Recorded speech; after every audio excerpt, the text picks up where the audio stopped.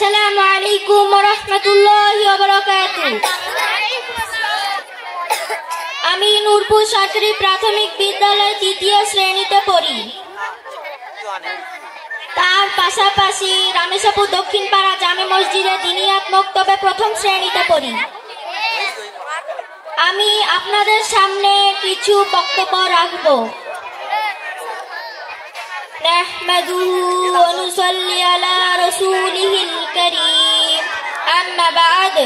সম্মানিত সুধী, আমাদের উপর আল্লাহর অনেক বড় মেহেরবানি ও দয়া যে তিনি আমাদেরকে মুসলমান বানিয়েছেন এবং প্রিয় নবী হযরত মুহাম্মদ সাল্লাল্লাহু আলাইহি ওয়াসাল্লাম এর উম্মতের অন্তর্ভুক্ত করেছেন এবং সবচেয়ে প্রিয়তম ও সহজ দিন আমাদেরকে দান করেছেন, যার মাধ্যমে আমরা নিজেদের পূর্ণ জীবন আল্লাহর আদেশ প্রিয় নবী হযরত মুহাম্মদ সাল্লাল্লাহু আলাইহি ওয়াসাল্লাম এর নূরানী তরিকা অনুযায়ী অতিবাহিত করতে পারি।